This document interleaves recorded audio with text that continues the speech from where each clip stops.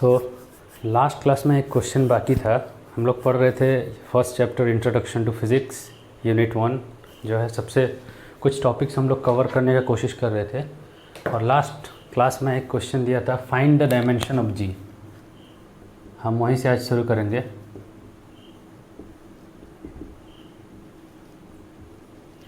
Formula था F is equal to G m1 m2 divided by R square. यहाँ से आपको इस जी को बोलते हैं न्यूटन्स कांस्टेंट, इसका आपको डायमेंशन निकालना है जी का। तो इससे आप इजीली निकाल सकते हैं। कैसे करना है, जी को पहले फैक्टर कीजिए, जी आर स्क्वायर इधर चल जाएगा, f into R square divided by m1 into m2। ये कल मैं किया था यहाँ तक। That implies dimension of G क्या होगा, इसका डायमेंशन। That implies dimension of G is equal to f का डायमेंशन, कल मैं यहाँ लिखा था, f का डायमेंशन होगा m l square T to the power -2। कल मैं गलती से यहाँ टी टू द पावर -1 लिख दिया था और कभी कभी ऐसे मिस्टेक हो जाता है लिखने में, लेकिन l T to the power -2 ये फोर्स का डायमेंशन है। तो आप यहाँ फोर्स का डायमेंशन डालिए m l T to the power -2 R square. R एक, कल मैं बोला था आर एक लेंथ है, लास्ट क्लास में मैं बोला था आर एक लेंथ है, तो आर स्क्वायर क्या होगा, लेंथ का स्क्वायर होगा। तो यहाँ पे एल का स्क्वायर, और m1 भी एक मास है, m2 भी एक मास है। मैं बोला था हर एक मास का डायमेंशन सेम होता है, चाहे वो m1 लिखो आप, कुछ मास है मतलब उसका डायमेंशन होगा m। यहाँ 2 गो है तो m स्क्वायर, तो इसको कैंसिल करेंगे तो यहाँ m टू द पावर -1 हो जाएगा, l cube T to the power -2। तो ऐसे आप न्यूटन कांस्टेंट का डायमेंशन निकाल सकते हैं।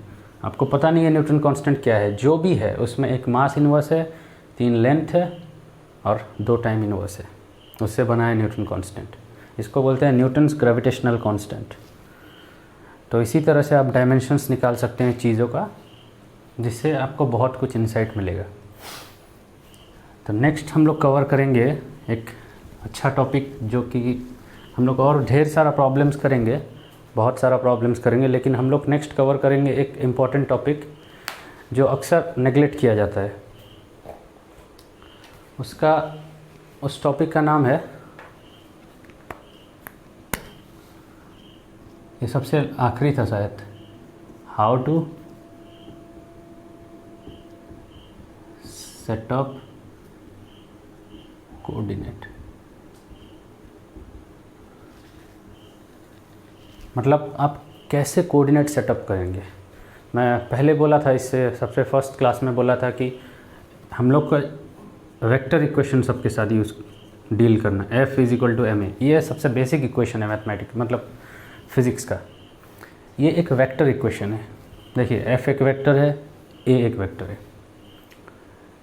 अब मैं वेक्टर एनालिसिस जब पढ़ाऊँगा आपको बताऊँगा ये सब चीज़ क्या है, अभी तक नहीं। इसके बाद ही हम वेक्टर एनालिसिस ही पढ़ेंगे, वेक्टर सब क्या है, कैसे उसको ऐड करते हैं, मल्टीप्लिकेशन करते हैं, उसके साथ कैसे मैथमेटिक्स करना है। लेकिन ऐसा इक्वेशन से आपको जब मैथमेटिक्स करने का कोशिश करेंगे आप वहाँ देखेंगे कि आपको कोऑर्डिनेट्स इंट्रोड्यूस करना पड़ेगा। बिना कोऑर्डिनेट्स का आप मैथ्स नहीं कर सकते। जैसे मैं बोला था, ये इक्वेशन सही है, आप कर सकते हैं बिना कोऑर्डिनेट्स का मैथ्स, लेकिन उसके लिए जो मैथमेटिक्स चाहिए वो बहुत हाई स्टैंडर्ड का मैथमेटिक्स है। तो उसको तो हम लोग पढ़ नहीं सकते अभी। उसके लिए टेंसर एनालिसिस नाम का एक ब्रांच मैथमेटिक्स का ब्रांच होता है, जो इंडिपेंडेंट ऑफ कोऑर्डिनेट सिस्टम आप ऐसे ही पढ़ सकते हो। उसमें कोऑर्डिनेट इंट्रोड्यूस करना ज़रूरी नहीं होता है। लेकिन यहाँ पे हम लोग उतना सोफिस्टिकेटेड यूज़ नहीं करेंगे मैथमेटिक्स। तो हम लोग क्या करेंगे, कोऑर्डिनेट्स इंट्रोड्यूस करने का जो फ्रीडम है उसका फ़ायदा उठाएंगे। कोऑर्डिनेट्स वंस इंट्रोड्यूस कर दिए तो ऐसा इक्वेशन आप यूज़ करना सीख जाओगे। लेकिन प्रॉब्लम ये है कि कोऑर्डिनेट्स कौन कैसे इंट्रोड्यूस करेगा वो उसी पे डिपेंड करता है। फॉर एग्जांपल, यहाँ से मैं किसी को बोलूँ कोऑर्डिनेट इंट्रोड्यूस करना, मतलब 3 चीज़। पहला है सेट अप द ओरिजिन, हाँ नहीं, इससे पहले हम लोग कौन सा कोऑर्डिनेट यूज करेंगे। हम लोग यूज़ करेंगे ये वाला कोऑर्डिनेट, ये जो आपको बोलते हैं कार्टेशियन कोऑर्डिनेट, इसको बोलते हैं x y z। समझ के, x y z, इसका एंगल 90 डिग्री जेड और एक्स का एंगल 90 डिग्री, एक्स और वाई का एंगल 90 डिग्री। तो इसको बोलते हैं सब अपने आप में 90 डिग्री में है, अपने मतलब साइड वाले के साथ। तो इसको बोलते हैं ऑर्थोगोनल कोऑर्डिनेट, ऑर्थोगोनल कोऑर्डिनेट। हम लोग ये कोऑर्डिनेट सिस्टम यूज़ करेंगे, लेकिन इतना काफ़ी नहीं है ऑर्थोगोनल कोऑर्डिनेट ही। हम लोग और एक इसमें कंस्ट्रेंट डालेंगे, उसको बोलते हैं हम लोग राइट हैंडेड कोऑर्डिनेट यूज़ करेंगे। राइट हैंडेड का मतलब क्या है, आप अगर x से y तक साइक्लिक जाओगे, मतलब सोच लो आप एक स्क्रू है ये, आप उस स्क्रू उधर उसका निप है और उसका एक ऐसे ये इस टाइप का स्क्रू है सोचिए, उसको अगर x से y तक घुमाएंगे ना, वो जिस अगर ऐसे घुमाएंगे तो स्क्रू ऊपर ही जाएगा, वो जेड का डायरेक्शन होना चाहिए। ये नहीं कि आप ऐसे ले लोगे, ये इसके जगह ऐसे जेड ले लोगे, नहीं ऐसे नहीं ले सकते हैं। अगर x से y तक घुमाएंगे तो ये स्क्रू ऊपर जाना चाहिए, लेकिन आप जेड नीचे लिए हैं तो ये नहीं चलेगा, इसको लेफ़्ट हैंडेड बोलेंगे। और जो वेक्टर जब हम लोग पढ़ेंगे इसको बोलते हैं कि अगर आप x के डायरेक्शन का यूनिट वेक्टर जिसको आई कैप बोलते हैं, y के डायरेक्शन का यूनिट वेक्टर जिसको जे कैप बोलते हैं, ये दोनों को क्रॉस करेंगे तो आपको के कैप मिलना चाहिए जिसको z का डायरेक्शन का यूनिट वेक्टर। ये सब मैं बताऊँगा थोड़ा ही देर बाद, ये सब हम लोग यूज़ करेंगे।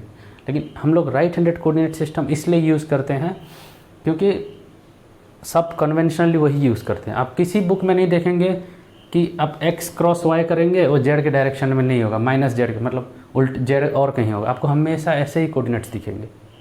आप जाके ये अगर आपको फील नहीं हो रहा है तो आप किसी भी जाके बुक जाके ढूंढ लीजिए, आपको ऐसे ही कोऑर्डिनेट्स मिलेंगे। अगर यहाँ x लिखा हुआ है तो यहाँ होगा y, वहाँ होगा z, क्योंकि x क्रॉस y z के डायरेक्शन में होना चाहिए। यहाँ अगर x लिखा है तो यहाँ होगा, यहाँ z होगा। आप किसी बुक में नहीं देखेंगे यहाँ y लिखा होगा, यहाँ z लिखा होगा, क्योंकि x क्रॉस y करने से उस अंदर की तरफ, यहाँ अगर ऐसे स्क्रू घुमाएंगे तो अंदर के जा रहा है, लेकिन z बाहर के तरफ हो रहा है। तो ये याद रखिए कि हमेशा right handed coordinate system use करना है। जब वेक्टर्स सब पढ़ेंगे ना तो ये कोऑर्डिनेट सिस्टम आपको बहुत इजीली मैथमेटिक मतलब ये समझ जाएंगे ना, तो उतना आपको स्क्रू व्रू सब के बारे में सोचना नहीं है, इससे बहुत इजीली हो जाता है। I cross j is equal to k cap होना चाहिए, आपको ऐसा कोऑर्डिनेट सिस्टम रखना है, तो उसको हम लोग बोलते हैं राइट हैंडेड कोऑर्डिनेट सिस्टम।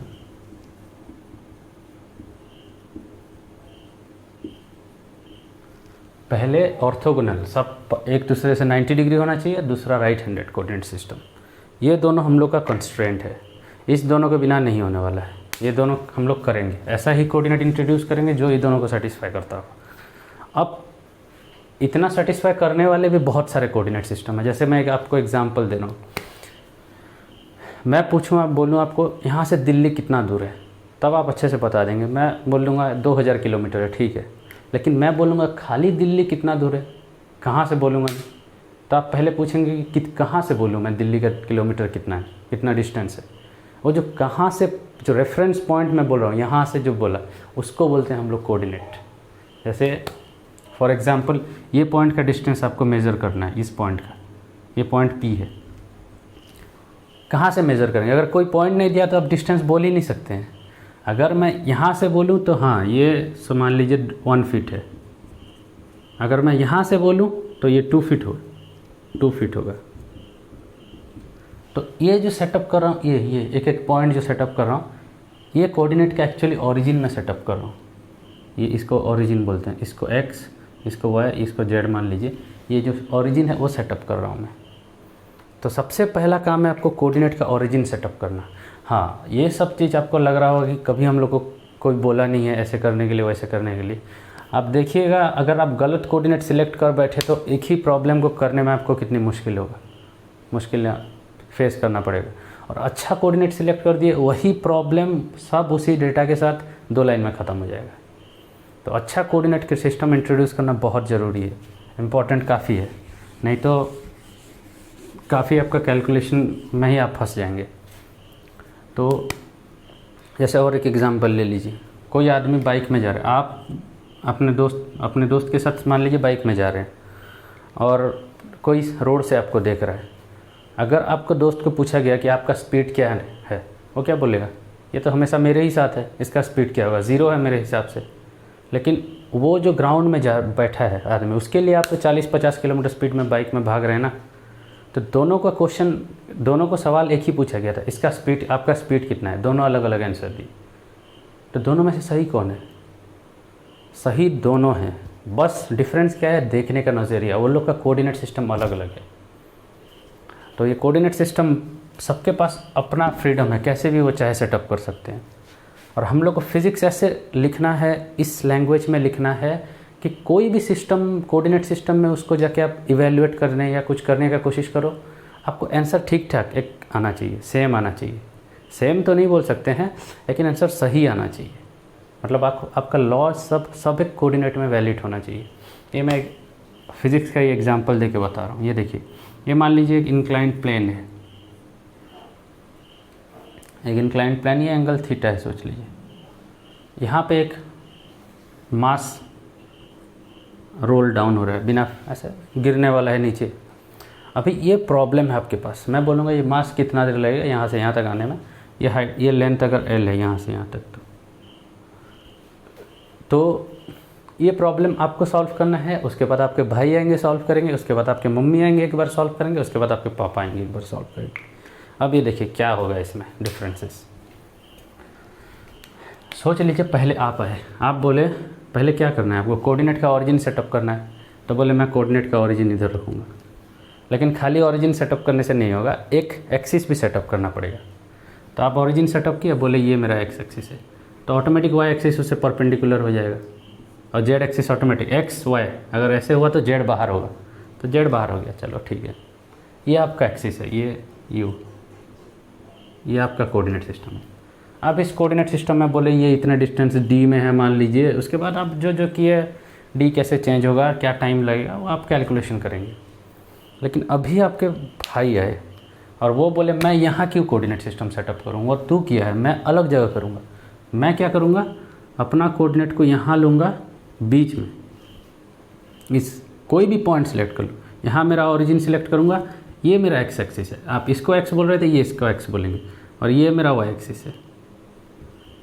अभी ये अगर एक्स वाई है तो जेड अंदर की तरफ होगा। मैं बोल रहा हूँ एक्स से वाई की तरफ एक स्क्रू घुमाएंगे तो स्क्रू जिस डायरेक्शन में घुसेगा वही आपका जेड डायरेक्शन है। इसको राइट हैंड स्क्रू रूल बोलते हैं। तो एक्स से वाई तक अगर एक स्क्रू घुमाएंगे ऐसे, तो स्क्रू अंदर की तरफ जाएगा, तो वो अंदर की तरफ जेड एक्सिस है। तो ये आपका कोऑर्डिनेट है, ये आपका ब्रदर का, भाई का कोऑर्डिनेट है।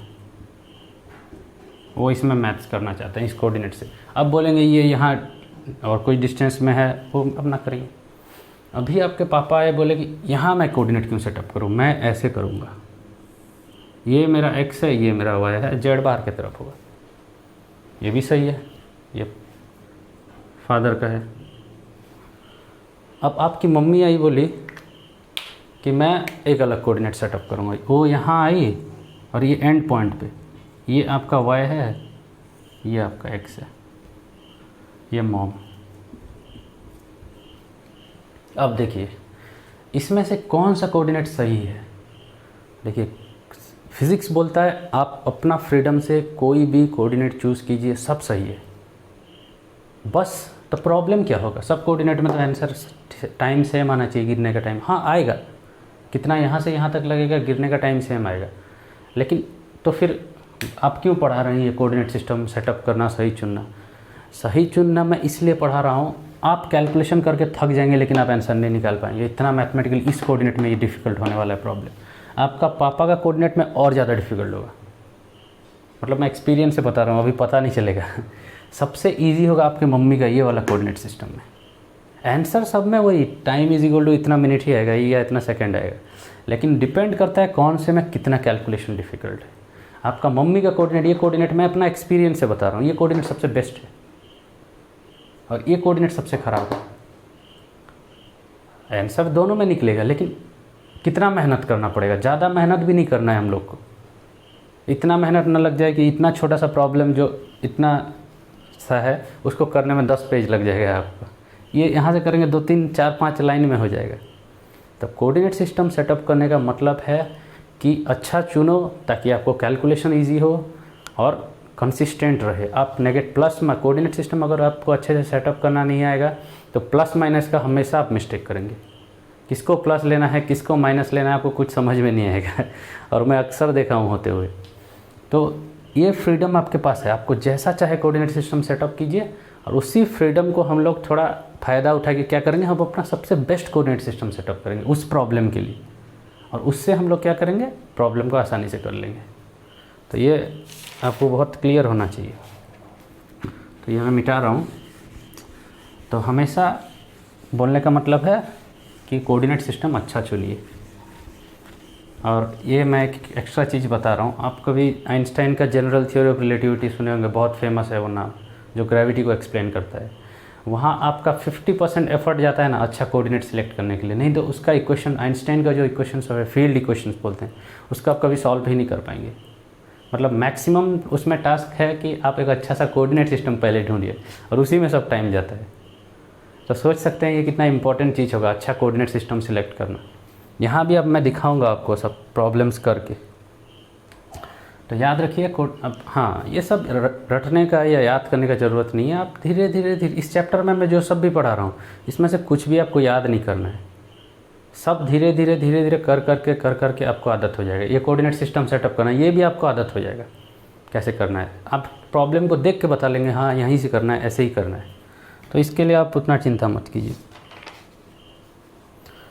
हाँ, तो और एक चीज़, मैं तीसरा चीज़ बोल रहा हूँ, आप हर एक कोऑर्डिनेट में अपना न्यूटन्स लॉ जो है, जो हम लोग लॉ सब है, वो वैलिड होता है। तो आप कोई भी कोऑर्डिनेट यूज़ कीजिए, कोई प्रॉब्लम नहीं है। तो अब थोड़ा हम लोग क्या करेंगे, क्वेश्चंस करेंगे, क्योंकि ये सब चीज़ देखने के लिए हमको क्वेश्चंस करना पड़ेगा। तो हम लोग अभी तक 6 टॉपिक कवर किए हैं। पहला है व्हाट इज़ फिज़िक्स, पहला टॉपिक था what is physics. Second topic था हाउ टू डू फिज़िक्स, और क्या अप्रोच होना चाहिए हम लोग का, जैसे मैथमेटिक्स यूज़ करते हैं ये सब। तीसरा था मैप ऑफ फिज़िक्स, फिज़िक्स में क्या क्या है, कैसे कितना ब्रॉड है फिज़िक्स, उसको किया था। चौथा चीज़ था यूनिट्स एंड डायमेंशंस, वो भी काफ़ी इम्पॉर्टेंट है। और पांचवा चीज़ था हम लोग किए थे डायमेंशनल एनालिसिस, जो कि मैं बोला था ये वन ऑफ द रेडिकल और सबसे पावरफुल आइडिया है फिज़िक्स का, डायमेंशनल एनालिसिस। इतना सिंपल आइडिया, इतना पावरफुल कहीं नहीं देखा हूँ मैं। और सबसे 6th अभी जो की है setting of the coordinate system, ये था हम लोग का 6 मेन टॉपिक, जो कि स्टार्टिंग है। इसमें से कुछ आपको याद करना नहीं है, ये सब चीज़ इतना फ्रिक्वेंटली आप एनकाउंटर करेंगे, मेरे क्लास में देखेंगे आप लोग, कि आपको ये सब चीज़ याद ही हो जाएगा।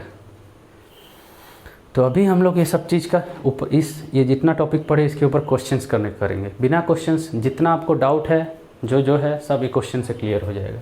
बिना क्वेश्चंस का ऐसा है कि अब बस थ्योरी पढ़ लीजिए, लेकिन क्वेश्चंस अगर नहीं किए तो नहीं हो, मतलब आप सब कुछ समझ नहीं पाएंगे। उससे पहले एक छोटा सा टॉपिक, मैं बोला था हम लोग का 3 सिस्टम है, MKS, CGS, FPS। MKS माने metre, K for kilogram, S for second. ये बस यही बोल रहा है कि लेंथ के लिए मीटर यूज़ कीजिए, kg यूज़ कीजिए मास के लिए, सेकेंड यूज़ कीजिए आपका टाइम के लिए। CGS वही बोल रहा है सेंटीमीटर, ग्राम, सेकेंड। लेंथ के लिए सेंटीमीटर, ग्राम यूज़ कीजिए मास के लिए, और सेकेंड यूज़ कीजिए आपके टाइम के लिए। FPS फुट, पाउंड और सेकेंड, ये यूज़ नहीं होता है ज़्यादातर, तो इसको हम लोग को जानने का उतना ज़रूरी नहीं है इसको। तो अभी कौन सा तब सबसे यही दोनों ज़्यादा यूज़ होता है, और उससे भी ज़्यादा सबसे ज़्यादा यही होता है, लेकिन काफ़ी यूज़ होता है। CGS भी उतना ज़्यादा नहीं होता है, लेकिन होता है। तो हमको MKS और CGS ये दोनों को भी कन्वर्ट करना आना चाहिए। आपको कभी MKS से CGS जाना पड़ेगा, कभी CGS से MKS आना पड़ेगा।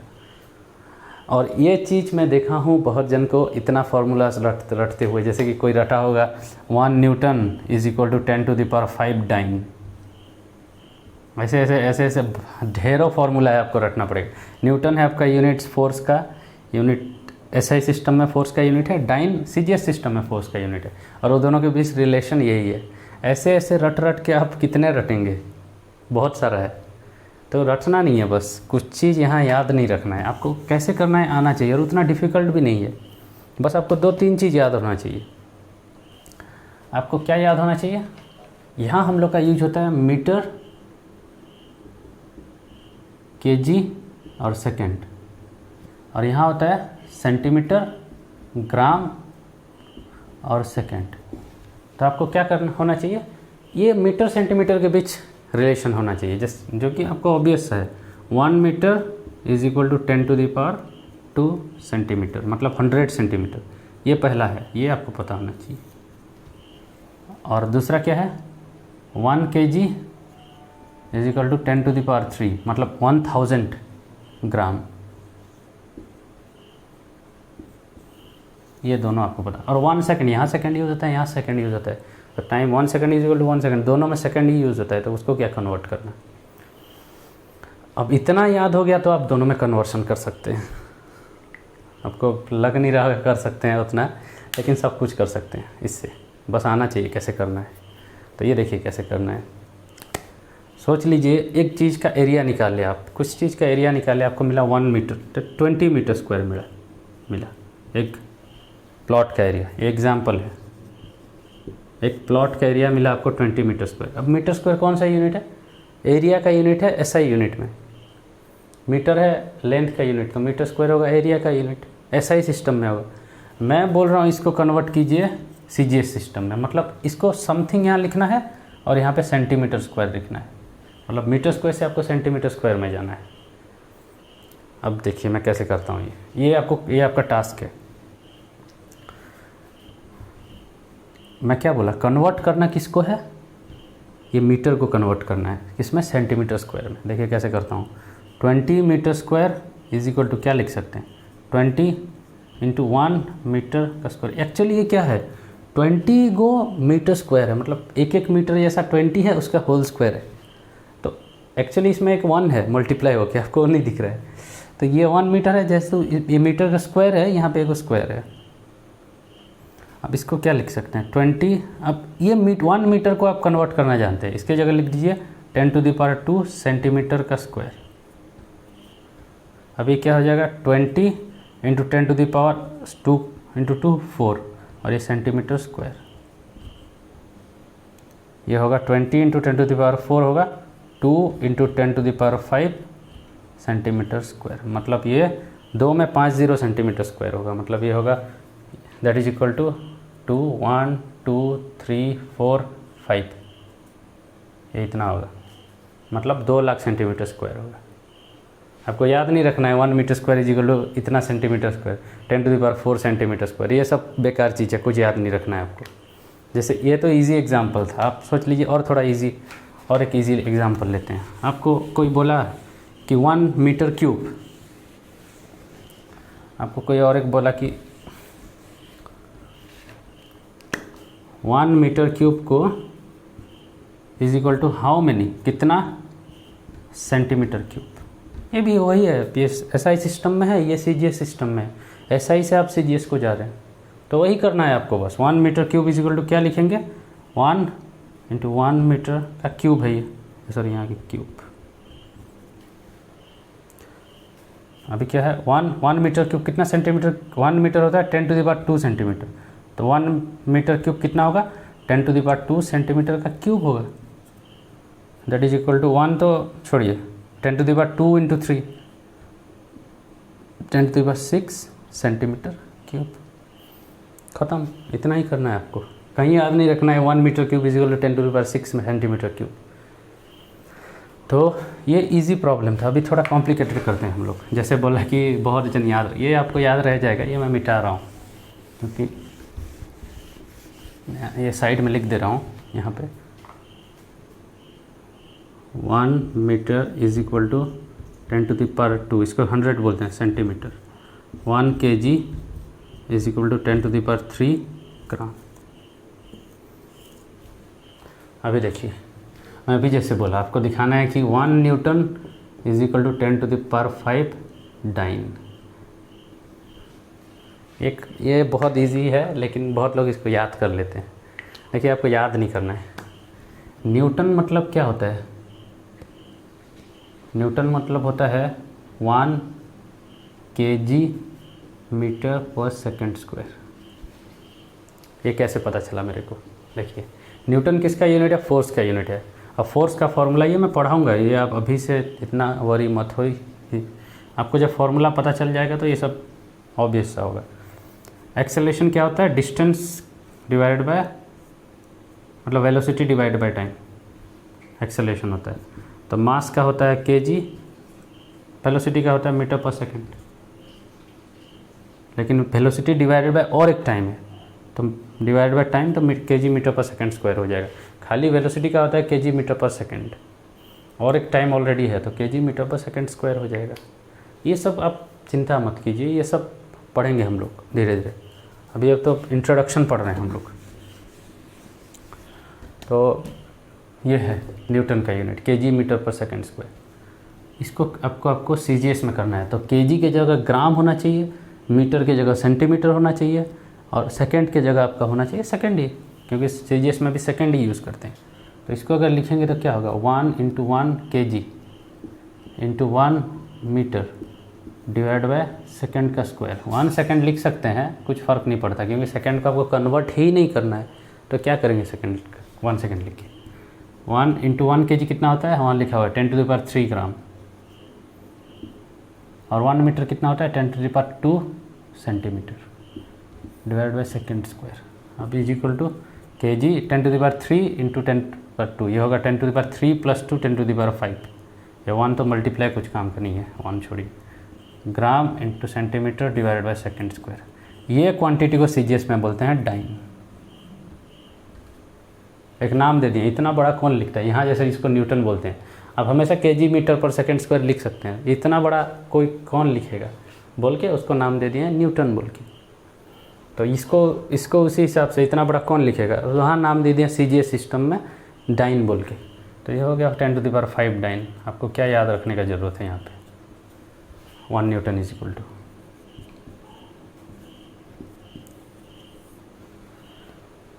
तो वही मैं बोल रहा था। तो ऐसा कन्वर्शन आप इजीली कर सकते हैं, कुछ करना नहीं है जाके। हाँ, उल्टा आपको अगर चाहिए तो सोच लीजिए कि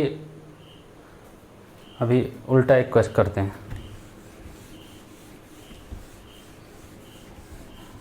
आपको सोच लीजिए कोई वेलोसिटी दिया है, मतलब एक उल्टा करते हैं। अभी हम लोग एमकेएस से सब सीजीएस जा रहे हैं, सोच लीजिए अभी सीजीएस से एमकेएस जाएंगे। कोई आपको वेलोसिटी दिया है 1 सेंटीमीटर पर सेकेंड स्पीड में जा रहा है, 1 की जगह आप 15 भी लिख दीजिए। वो 15 सेंटीमीटर पर सेकेंड स्पीड में जा रहा है, लेकिन ये आपको चाहिए एसआई सिस्टम में। तो अब क्या करेंगे? इसको क्या लिख सकते हैं? 15 वही काम करना है, 1 सेंटीमीटर ये है डिवाइड बाय 1 सेकेंड। सेकेंड को तो कन्वर्ट करना ही नहीं है, तो सेकेंड को 1 लिख के कोई फ़ायदा नहीं। अब ये 1 सेंटीमीटर की जगह हम लोग कुछ मीटर में चाहिए 1 सेंटीमीटर को। अगर 1 मीटर 10⁻² सेंटीमीटर है तो 1 सेंटीमीटर कितना होगा? 1 divide by 100 of a metre, that is equal to 10⁻² metre. 1/100 को 10⁻² लिखते हैं। तो इसके जगह क्या लिख सकते हैं आप? 1 सेंटीमीटर की जगह 15 10⁻² metre divide by second, that is equal to 15 × 10⁻²।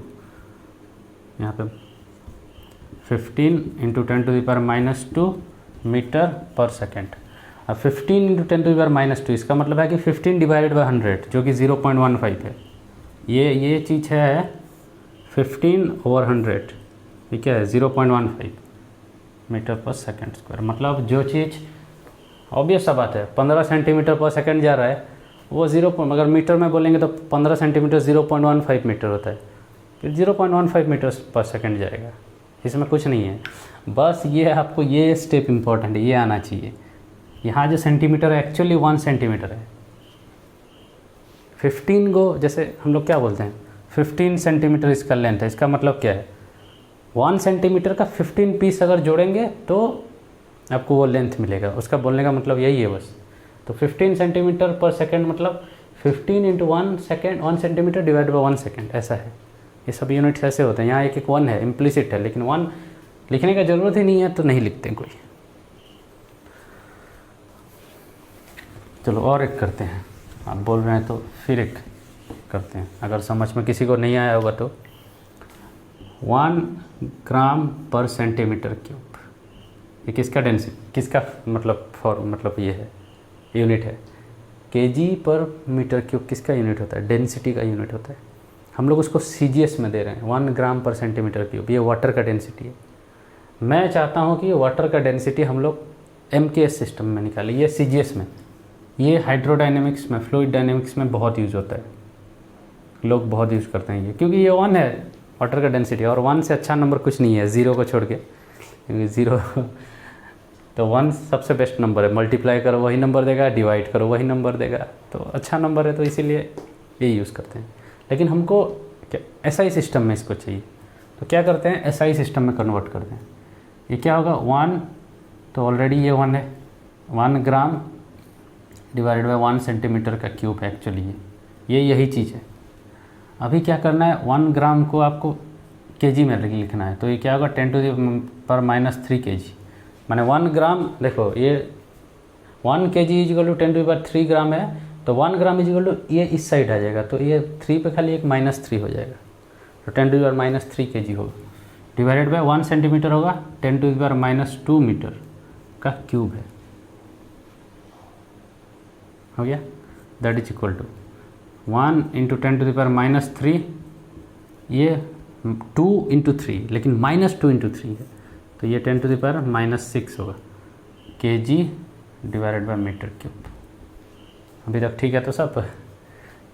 That is equal to ये क्या होगा 1 तो छोड़िए 10⁻³ ये जब ऊपर चल जाएगा प्लस हो जाएगा 10⁻6 केजी पर मीटर क्यूब, और ये होगा 10⁻³ + 6 केजी पर मीटर क्यूब, और 10⁻³ + 6 है 10⁻³ मतलब 1000 केजी पर मीटर क्यूब। मैं बोला था ऐसा ही सिस्टम में वाटर का डेंसिटी 1000 किलो पर मीटर क्यूब होता है।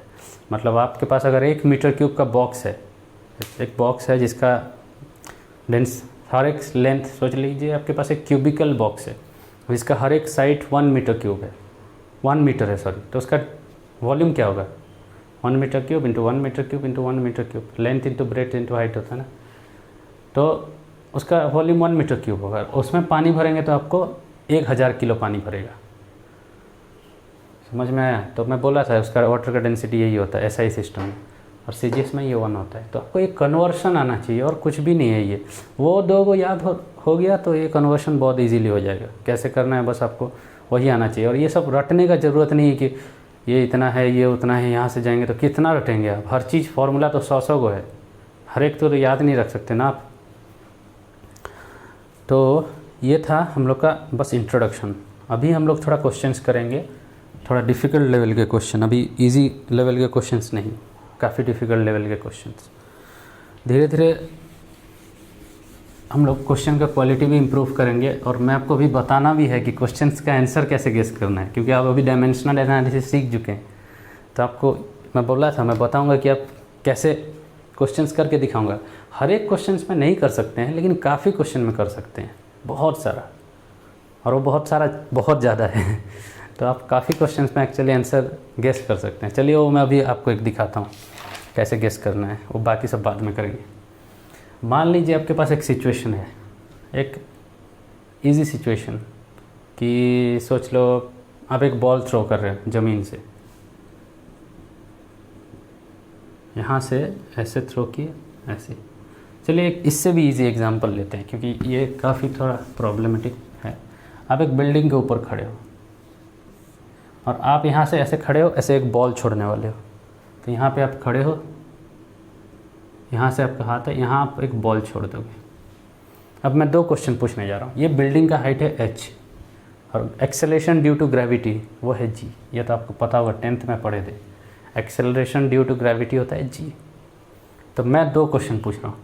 फाइंड द टाइम पीरियड कितना है, मतलब कितना टाइम लगेगा यहाँ से h डिस्टेंस कवर करने में, और ये कितना स्पीड से नीचे हिट करेगा, ये v स्पीड ये नीचे है, मान यहाँ तो आप 0 स्पीड से छोड़ रहे हैं, लेकिन ये ज़मीन पे आके कितना स्पीड में हिट करेगा, ये दोनों निकालना है कि लेकिन बिना कैलकुलेशन के, कुछ कैलकुलेशन नहीं करना है आपको। मैं टाइम दे रहा हूँ, आप कैलकुलेशन करेंगे तो इजीली निकाल सकते हैं, क्योंकि एक को कोई भी कर सकता है कैलकुलेशन से। बस कैलकुलेशन नहीं करना है, लेकिन मेरे को एग्जैक्ट आंसर भी नहीं चाहिए, मेरे को बस अप्रॉक्सीमेटली यही होगा या इससे 2 मल्टीप्लाई कर देंगे तो वही होगा, ऐसा कुछ। मैं बताऊंगा कितना एग्जैक्ट चाहिए, लेकिन कैलकुलेशन अलाउड नहीं है। आप कोशिश कीजिए, ट्राई कीजिए।